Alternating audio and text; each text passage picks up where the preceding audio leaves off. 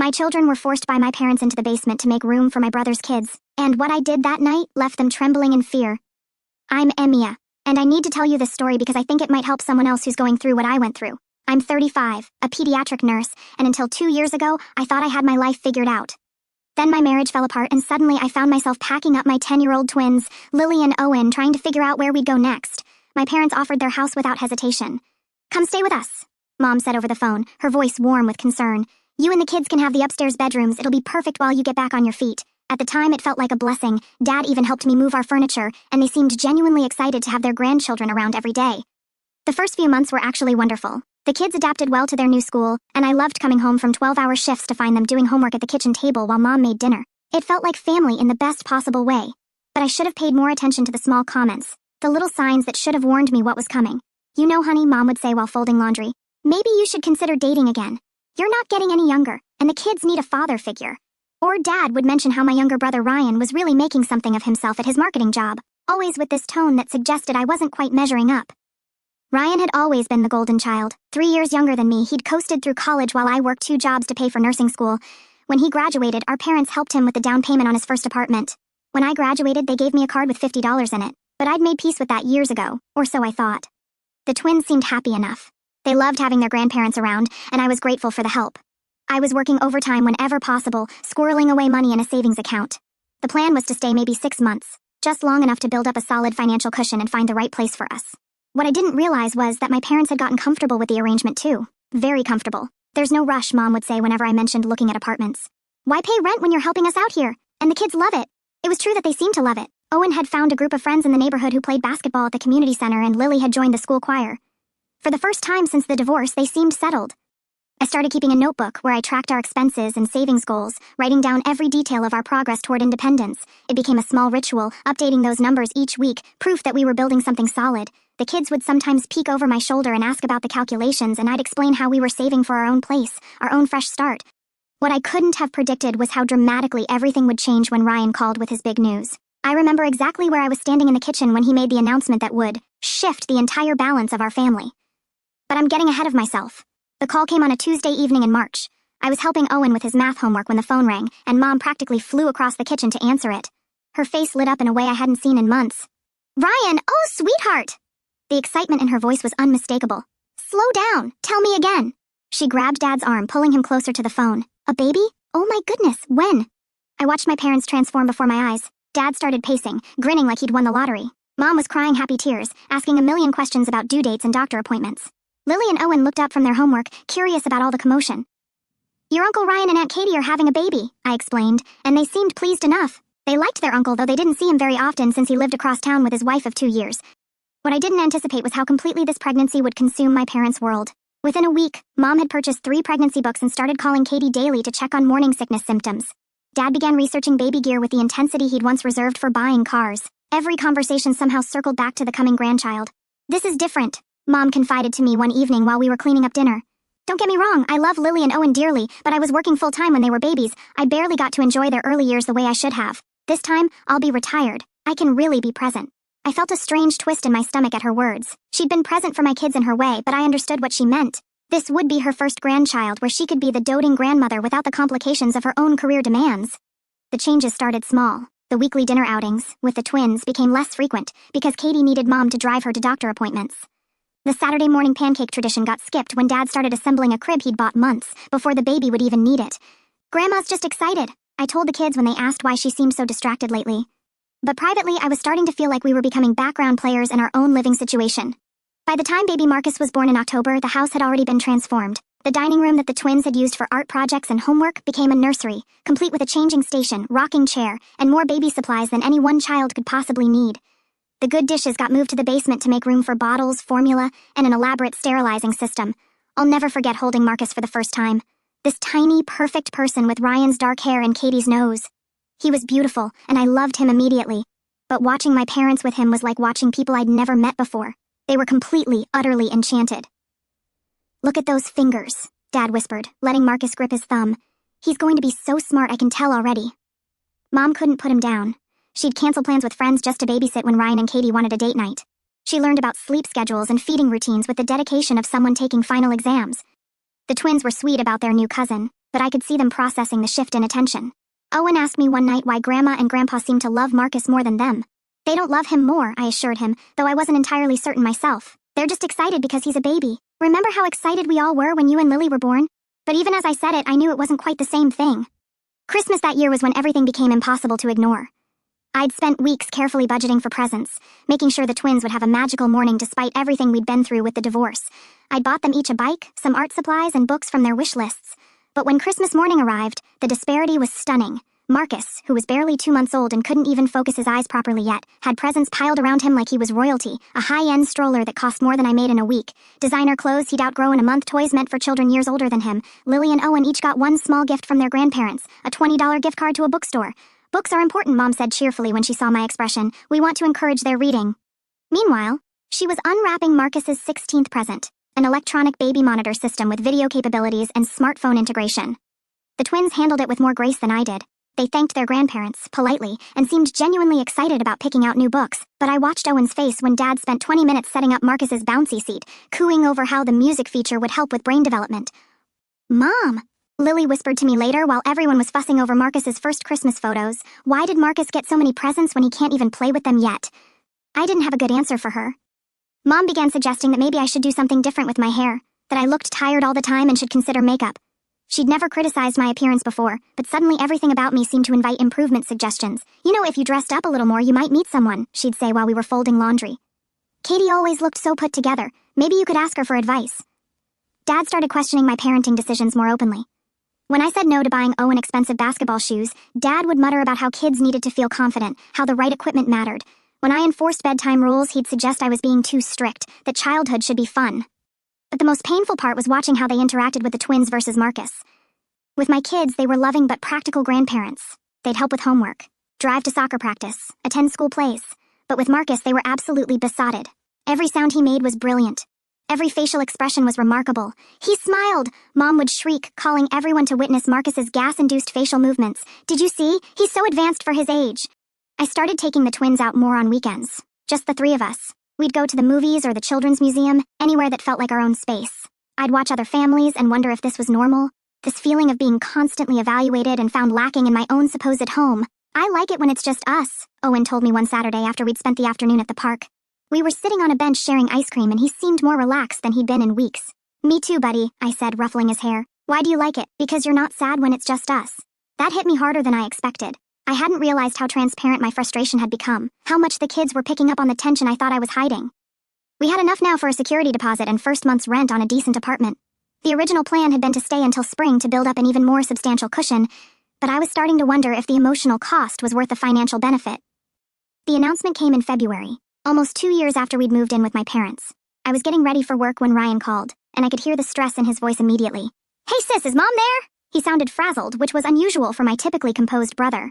Mom took the phone eagerly, as she always did when Ryan called, but her expression quickly shifted from delight to concern to determination. Of course, sweetheart, whatever you need. How long do you think the renovation will take? I paused in packing my work bag, trying to piece together the conversation from her side of it. 6 to 8 weeks? That's not too bad. Yes, of course you can stay here, there's plenty of room. My stomach dropped. I walked closer, trying to catch Dad's eye, but he was nodding along supportively, already mentally rearranging furniture. What renovation? I asked after Mom hung up. Oh, Ryan and Katie need to stay here for a while, Mom said breezily, as if this was the most natural thing in the world. They're having some work done on their house. Something about water damage in the kitchen and bathroom. The whole place needs to be gutted for 6 to 8 weeks. The words came out sharper than I intended, maybe longer, depending on how the work goes. You know how these things can drag on. Dad was already pulling out a notepad, making lists. We'll need to move some things around, make sure everyone's comfortable. What struck me most was that none of them seemed to think this required any discussion with me. I'd been living there with my children for almost 2 years, contributing to groceries and utilities, helping with household maintenance and elder care tasks. But the decision to add 3 more people to the house, including a baby, was made without even mentioning it to me beforehand. Where exactly are they going to sleep? I asked, trying to keep my voice level. Well, they'll need the guest room, obviously, and we'll set up the nursery in the den for Marcus, Mom said, already moving into planning mode. It'll be lovely having everyone under one roof, like a real family compound. The guest room was where I'd been storing the twins' outgrown clothes and seasonal items. The den was where the kids did their homework and played video games on rainy days. In one phone call, our living space had just shrunk considerably. When are they moving in? I asked. This weekend. Ryan wants to get started on the renovation right away. This weekend, 3 days notice for a living arrangement that would last at least 2 months. That evening, I sat the twins down to explain the situation. They took it better than I did, actually excited about having baby Marcus around more often. Kids are adaptable in ways adults forget to be. But I was doing math in my head, and it wasn't good math. 7 people in a 4-bedroom house with one of those people being a baby who would wake up at all hours, 1 bathroom upstairs, 1 bathroom downstairs, a kitchen that already felt crowded when all of us were trying to get ready for work and school at the same time. It'll be fine, I told myself, updating my savings calculations that night. It's temporary. We can handle temporary. I started looking at rental listings more seriously, bookmarking places that seemed promising. The market had gotten more expensive in the past year, but we could manage it. The question was whether I wanted to wait until spring as originally planned or start looking for something sooner. Mom, are you okay? Lily asked from the doorway of my room, catching me staring at apartment websites on my laptop. Just looking at some options, for us, I said, patting the bed so she'd come sit with me. How would you feel about having our own place again? She considered this seriously, the way she approached most questions. I like living with Grandma and Grandpa, but sometimes I miss when it was just us 3. What do you miss about it? I don't know. It was quieter, I guess, and you seemed happier, out of the mouths of babes. I kissed the top of her head and closed the laptop. We'll figure it out, okay? But even as I said it, I knew that the next 2 months were going to test every limit I had. The invasion began on Saturday morning. Ryan showed up with a U-Haul truck and Katie carrying Marcus, as if they were refugees fleeing a disaster zone instead of people who'd chosen to gut their perfectly functional kitchen on a whim. Within hours, the house transformed into something I didn't recognize. The guest room filled with their furniture, clothes, and enough baby supplies to stock a small store. The den became Marcus's domain, with a crib, changing station, and play area that took up most of the space, where the twins used to spread out their homework. But it was the rules that really got to me, rules that were implemented immediately and without discussion. We'll need to keep noise to a minimum during Marcus's nap times, Katie announced while unpacking approximately the 15th box of baby clothes. He's very sensitive to sound, and his sleep schedule is crucial for his development. Marcus napped 3 times a day for varying lengths of time that seemed to change based on mysterious, baby logic that only Katie could interpret. Also, we should probably put away most of the toys in the living room, she continued, eyeing the twins' books and art supplies with obvious distaste. Babies explore everything orally, and I'm concerned about choking hazards. Within the first week, Lily and Owen had lost access to most of the common areas of the house. They couldn't watch television in the living room because it might wake Marcus. They couldn't play in the den because that was his nursery now. They couldn't do arts and crafts at the kitchen table because baby supplies covered every surface. Why don't you kids play in your rooms? Mom suggested cheerfully when Owen complained about being bored. Their rooms were small, meant for sleeping, not for the kind of active play that 10-year-olds need. But pointing this out somehow made me the unreasonable one.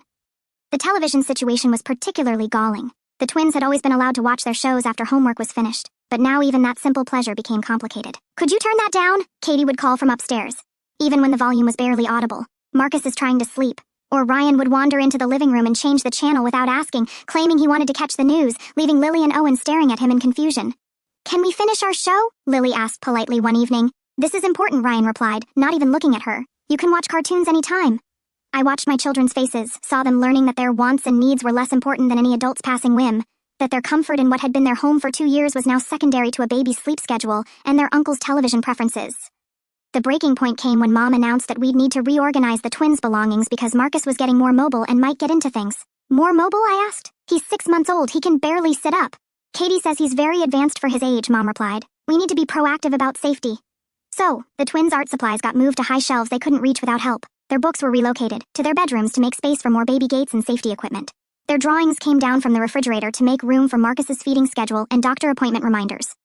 I watched my children adapt to these changes with a grace that broke my heart. They didn't complain, didn't throw tantrums, didn't demand their territory back. They just quietly accepted that they mattered less, that their needs were less important. It's okay, Mom, Owen said when I apologized for yet another canceled plan because Marcus was having a difficult day. We understand. But they shouldn't have had to understand. They were children, and this was supposed to be their home too. That night, I pulled out my savings notebook and ran the numbers again. We had enough now, more than enough, actually. I'd been saving for 2 years and my financial cushion was larger than it had ever been. The question was no longer whether we could afford to leave. The question was whether I could afford to stay. The breaking point came in early April, though I didn't recognize it as such at the time. Owen had been fighting a spring cold that triggered his asthma, something he'd dealt with since he was tiny. I'd called in his prescription refill to the pharmacy and was getting ready to pick it up when Dad intercepted me in the kitchen. $47 for an inhaler, he said, holding the pharmacy's automated message slip. That seems excessive. Are you sure he really needs the name-brand version? I stared at him in disbelief. It's his rescue inhaler, Dad. The generic version doesn't work as well for him, and his doctor specifically prescribed this one. But $47, he repeated, as if I hadn't heard him the first time. Maybe you should talk to the doctor about alternatives. This conversation was happening at the same kitchen table where, 2 days earlier, I'd watched him unbox a high chair for Marcus that cost $400. A high chair for a baby who wouldn't even start solid foods for another month. The high chair was different, Mom said when I pointed out this discrepancy later. That was a gift, and it's an investment piece that will last for years. Owen's inhaler is also an investment, I said quietly, in his ability to breathe, but somehow I was being unreasonable again. The music lessons were next to go. Lily had been taking piano lessons for 18 months and was actually quite good.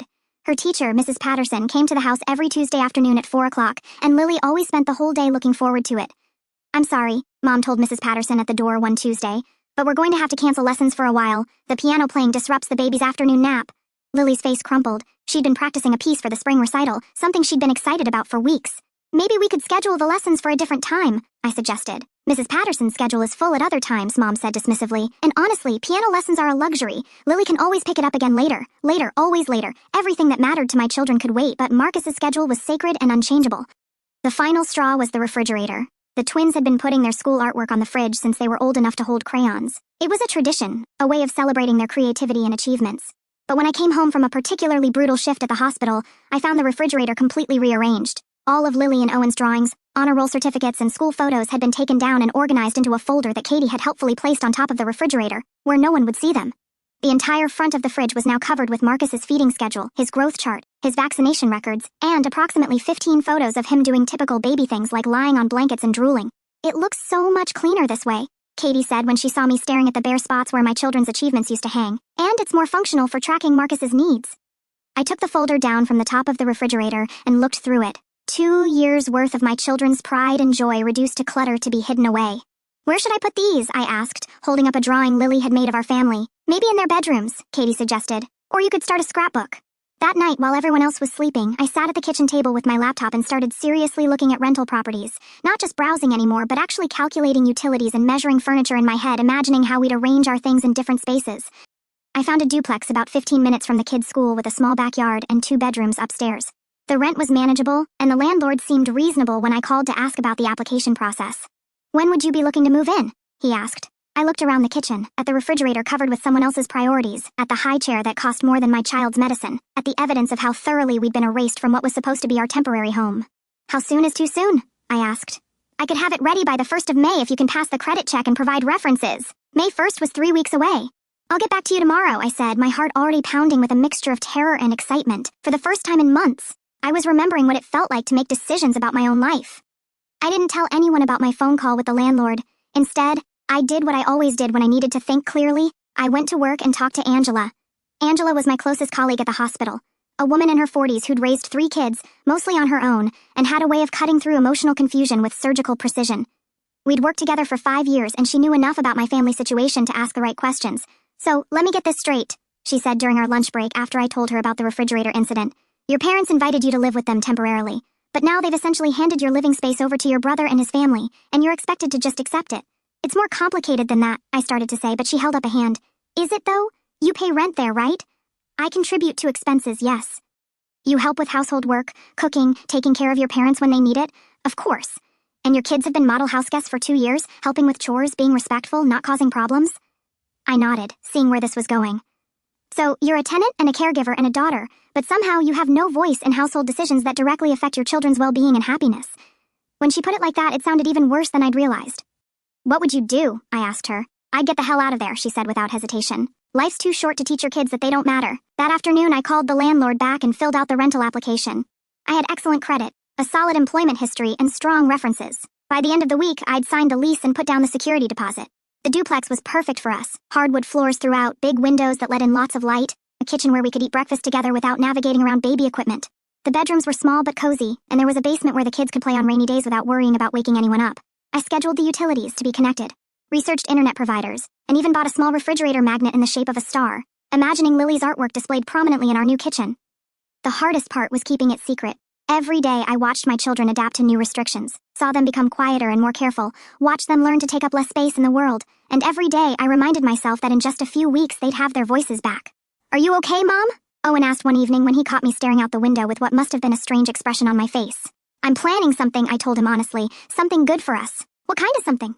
"It's a surprise, but I think you'll like it." He seemed satisfied with that answer, but I could see the curiosity in his eyes. These kids had been through enough upheaval in their short lives. They deserved stability, but they also deserved a home where they mattered. I picked up moving boxes during my lunch break and hid them in my car trunk. I researched moving companies and got quotes for local moves. I updated my address with the bank and the kids' school, preparing for a transfer that I hoped would be seamless. The most challenging part was timing. I needed to tell my family about the move, but I wanted to wait until everything was set in stone, until there was no possibility of them talking me out of it or creating drama that would upset the children. I planned to tell them on a Saturday morning when everyone would be home, and we could have a family meeting. I'd explain that we'd found a place, that it was time for us to have our own space again, that this had always been the plan. What I hadn't planned for was how dramatically everything would explode before I got the chance. Looking back, I should have known that living with 7 people in one house with that much tension and imbalanced priorities was like sitting on a powder keg. But I thought I had a few more weeks to plan our graceful exit. I thought I could control the timeline of our departure. I was wrong. The emergency started while I was in the middle of a 12-hour shift at the hospital. It was a Thursday afternoon, and I was checking on a 6-year-old patient recovering from appendix surgery when my phone started buzzing with texts from the twins. The first message from Lily was relatively calm. "Mom, Grandma says we need to move our stuff to make room for something. Can you call when you get a break?" But Owen's messages, coming in rapid succession, told a different story. "Mom, they're moving all our things. They put our clothes in garbage bags. Grandma says we have to sleep in the basement now. Lily is crying. Can you come home, please? They won't let us call you." My hands were shaking as I read the messages. I stepped into the supply closet to call home, but the phone went straight to voicemail. I tried again. Same thing. I found my supervisor and explained the situation as briefly as possible. Family emergency, had to leave immediately. She looked at my face and didn't ask questions, just told me to go. The drive home felt endless. I kept calling the house phone and getting voicemail, which meant someone was deliberately not answering. I called Ryan's cell phone. Voicemail. Katie's phone. Voicemail.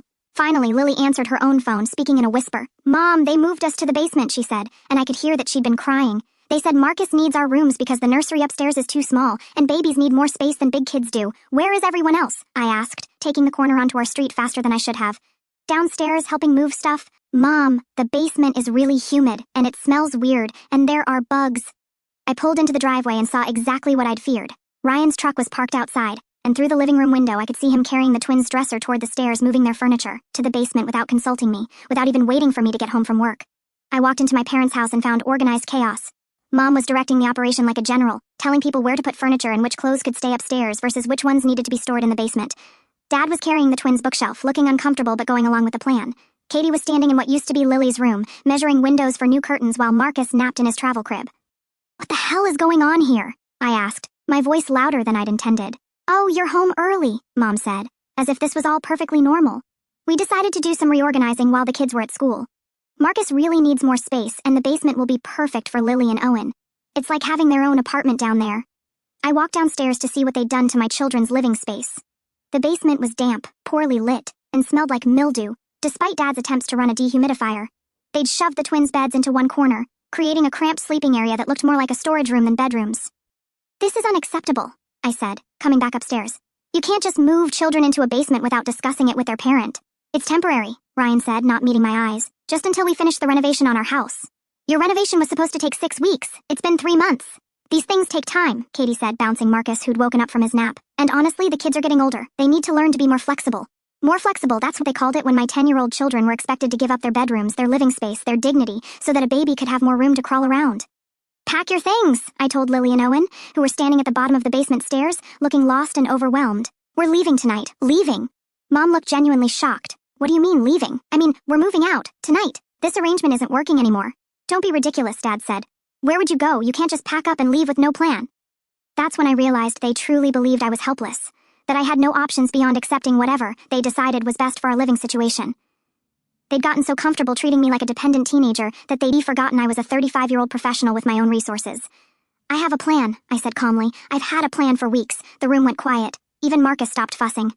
"What kind of plan?" Mom asked, and I could hear the first hint of uncertainty in her voice.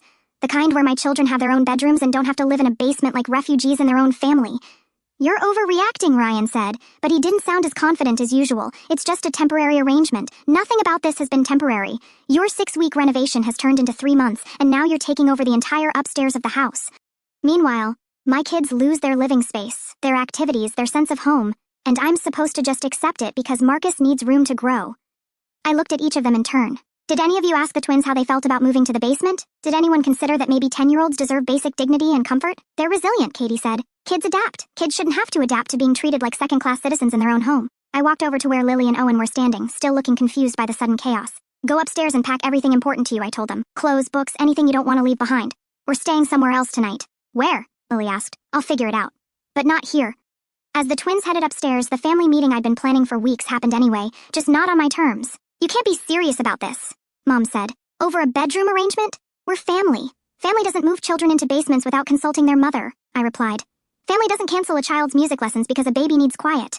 Family doesn't take down kids' artwork to make room for feeding schedules. We've been trying to accommodate everyone, Dad said. No, you've been accommodating Ryan and Katie and Marcus. My children have been expected to accommodate everyone else. Ryan finally looked directly at me. So what? You're just going to storm out like a drama queen? Hurt Mom and Dad's feelings because you can't handle a little inconvenience? Inconvenience? I felt something snap inside me. Watching my children learn that their needs don't matter is not an inconvenience, Ryan. It's damaging, and I won't let them learn those lessons because their uncle and aunt can't manage their own housing situation. That's not fair, Katie said, holding Marcus tighter. We didn't ask for water damage. You didn't ask for it, but you certainly took advantage of it. Your 6-week emergency has become a complete takeover of my children's home. The twins came back downstairs with their backpacks and a few bags of clothes. They looked scared but determined, trusting me to figure out what came next. Where will you go? Mom asked, and for the first time she sounded worried rather than annoyed. We'll stay with my friend Angela tonight, I said, pulling out my phone to text her. And after that we'll figure it out. This is ridiculous, Ryan said. You're making a huge mistake over nothing. I looked at him, holding his son, standing in the house our parents owned, surrounded by his furniture and his wife and his complete confidence that the world would always accommodate his needs. The mistake, I said quietly, was thinking that my children and I could ever be anything more than an inconvenience to this family. I helped the twins carry their things to the car while my parents stood in the driveway, looking shocked that their compliant daughter had suddenly developed a backbone. Call us when you come to your senses, Mom said as I buckled the kids into their seats. I'll call you when you come to yours, I replied.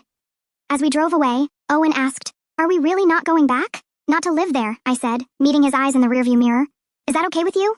He nodded solemnly. I didn't like the basement, it was scary. I know, buddy. You won't have to sleep there ever again. For the first time in months, that felt like a promise I could keep.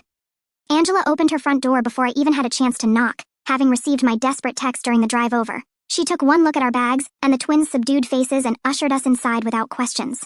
The guest room has bunk beds, she told Lily and Owen. My kids are at their dad's this weekend, so you'll have plenty of space. Are you hungry? While the kids settled in and Angela made them sandwiches, I called the landlord of the duplex. Even though our move-in date wasn't for another 2 weeks, I had to ask if there was any way we could get in sooner. Actually, the previous tenant moved out early, he said. I could have it ready by Monday if you need it. The utilities are already connected. Monday was 4 days away. I could manage 4 days. The rest of the weekend passed in a blur of phone calls and logistics. I arranged for a moving truck, contacted the twins' school about transferring their records, and went shopping for basic household supplies. Angela's kids came home Sunday evening and immediately adopted Lily and Owen as temporary siblings, making the whole situation feel less like a crisis and more like an adventure. Your mom is really brave, I overheard Angela's daughter telling Lily while they were playing board games. Why? Lily asked. Because she chose you guys over everything else. That's what brave people do. Monday morning came faster than I expected. The moving truck arrived at my parents' house at 8 o'clock in the morning and I steeled myself for what I knew would be a difficult confrontation. Mom answered the door looking like she hadn't slept well. You're really doing this? She said. It wasn't a question, I really am. Where are you moving to? I gave her the address of the duplex, watching her face change as she realized I hadn't been bluffing about having a plan. How long have you been planning this? Dad asked, appearing behind her. Since you made it clear that my children's well-being was less important than my brother's convenience, Ryan emerged from the kitchen, holding Marcus, looking rumpled and irritated. So you're really going to punish all of us because you didn't like a housing arrangement? I'm not punishing anyone, I said, directing the movers toward the stairs. I'm protecting my children. What happened next surprised everyone, including me. As the movers carried our furniture out of the house, Katie started crying. I didn't know, she said, bouncing Marcus nervously. I didn't realize the kids were so upset about everything. I thought they were okay with the changes. For a moment, I almost felt sorry for her. She was young, overwhelmed with new motherhood, and probably genuinely hadn't considered how her demands were affecting anyone else. The kids were okay with the changes because they're good kids who've been taught to be polite and accommodating, I said. But being okay with something and being happy about it are two very different things. Maybe we could work something out, Mom said desperately. Move some things around, give everyone more space. It's too late for that, I replied. This isn't about the basement or the bedrooms. It's about the fact that for 3 months, you've made decisions about my children's lives without consulting me, and you genuinely don't understand why that's a problem. We were trying to help everyone, Dad said. You were helping Ryan and Katie. My kids were expected to manage the inconvenience. As our belongings disappeared into the moving truck, I watched my family grapple with the reality that their plans hadn't included my consent, and that I was no longer willing to go along with arrangements I'd never agreed to. What about Sunday dinners? Mom asked. Will you still come for Sunday dinners? I looked at her standing in the doorway of the house where my children had learned to make themselves smaller, quieter, less important. "I'll think about it," I said. The drive to our new home took 15 minutes. 15 minutes from the house where we'd been unwelcome guests to the place where we'd be a family again. As we pulled into the driveway of the duplex, Lily said, "It looks like a real house." "It is a real house," I told her. "It's our house." That night, after we'd set up beds and unpacked the essentials, the three of us sat on the living room floor eating pizza and making plans. Real plans for our own space, our own rules, our own lives. "Can I put my drawings on the refrigerator?" Lily asked. "You can put your drawings wherever you want," I said. "This is your home too." Owen was quiet for a long time, then said, "Mom, I'm proud of you." "Why? Because you picked us." And that, right there, was why leaving had been the only choice that mattered.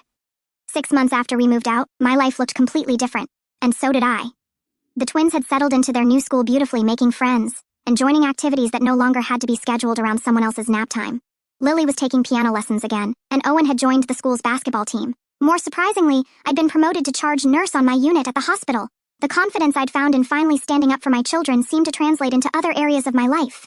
I was speaking up in meetings, taking on leadership roles, making decisions with the clarity that comes from knowing your own worth.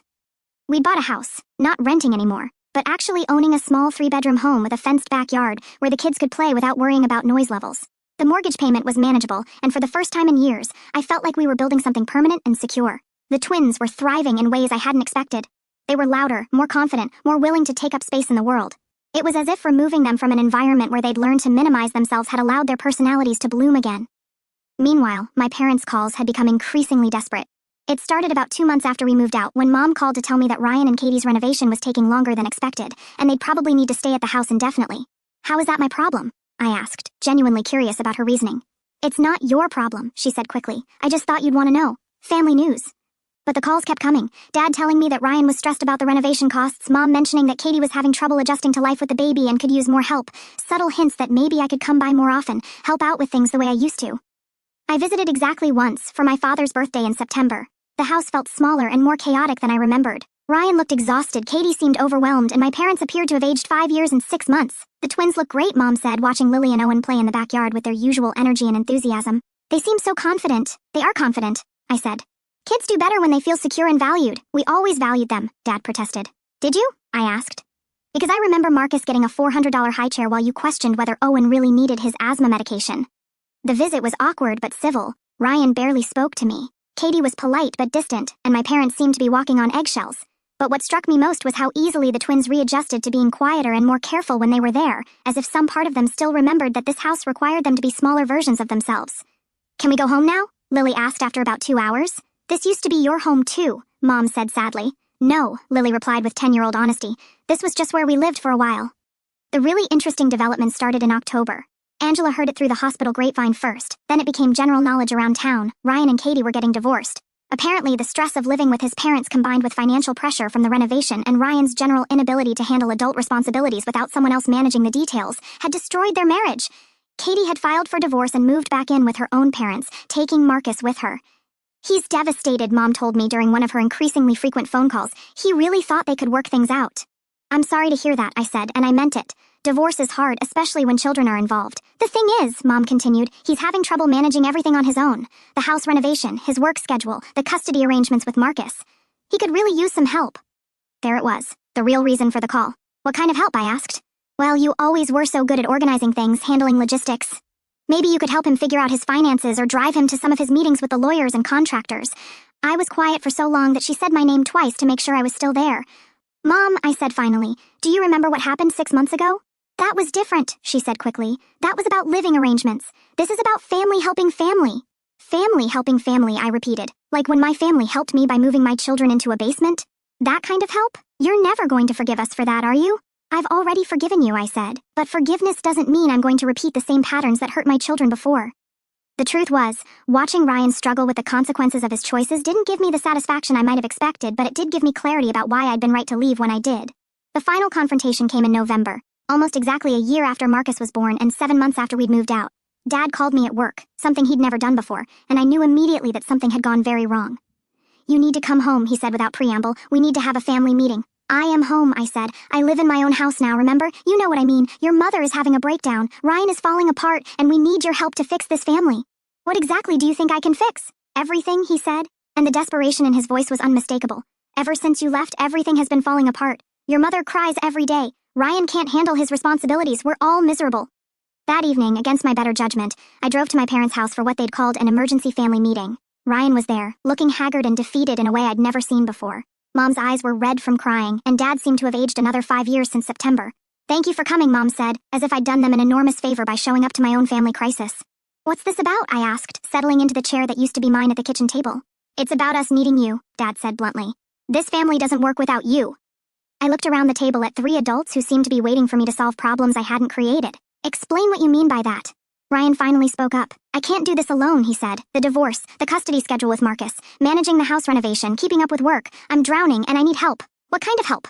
"The kind you always provided," Mom said. "You were always the organized one, the responsible one. You knew how to handle complicated situations and keep everyone on track." "Let me understand this correctly," I said slowly. "For 7 months, you've all been discovering that your lives are much more difficult without me managing the details and providing unpaid labor. And now you want me to come back and resume that role." "It's not like that," Dad protested. "Then what is it like?" "It's like we're family," Mom said, "and families help each other. Families also respect each other," I replied. "They consider each other's needs and feelings. They don't move children into basements and then act surprised when their mother objects." "We've apologized for that," Ryan said. "No, you haven't. Not once. You've explained it, justified it, minimized it, but you've never actually apologized for it." The silence stretched uncomfortably. "Fine," Ryan said finally. "I'm sorry we moved your kids to the basement. I'm sorry we didn't ask you first. Is that what you want to hear?" "What I want to hear," I said, standing up from the table, "is that you understand why what you did was wrong. But you don't understand that, do you? You're sorry it caused a problem, not sorry it hurt my children." "Your children are fine," Mom said. "They seem happy and confident when we see them." "They are happy and confident," I said, "because they live in a home where they matter, where their needs are considered, where they don't have to compete with a baby for basic dignity and respect."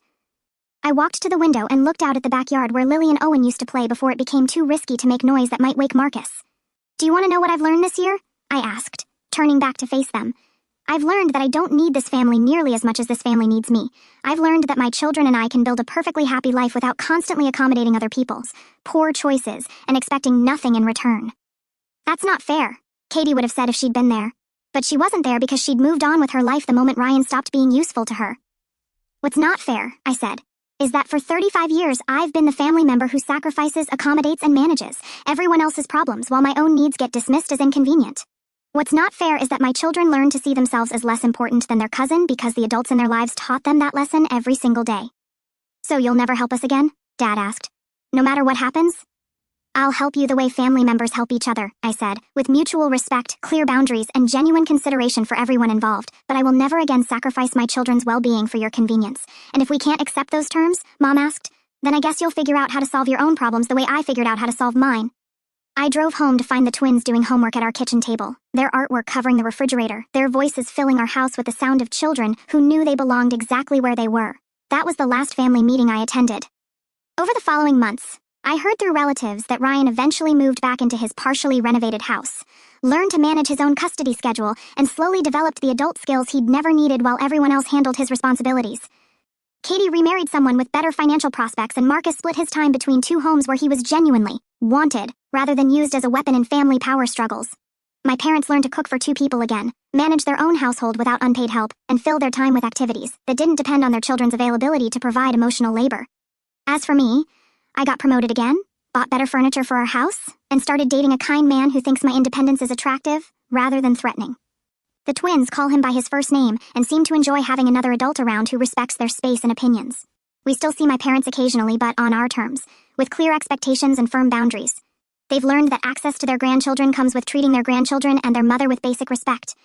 Sometimes I wonder if I should feel guilty about how everything unfolded, but then I watch Lily perform in her school concert, or see Owen score a goal in basketball, and I remember that the best gift I ever gave my children was teaching them that they deserve to be valued for who they are, not for how much inconvenience they're willing to accept.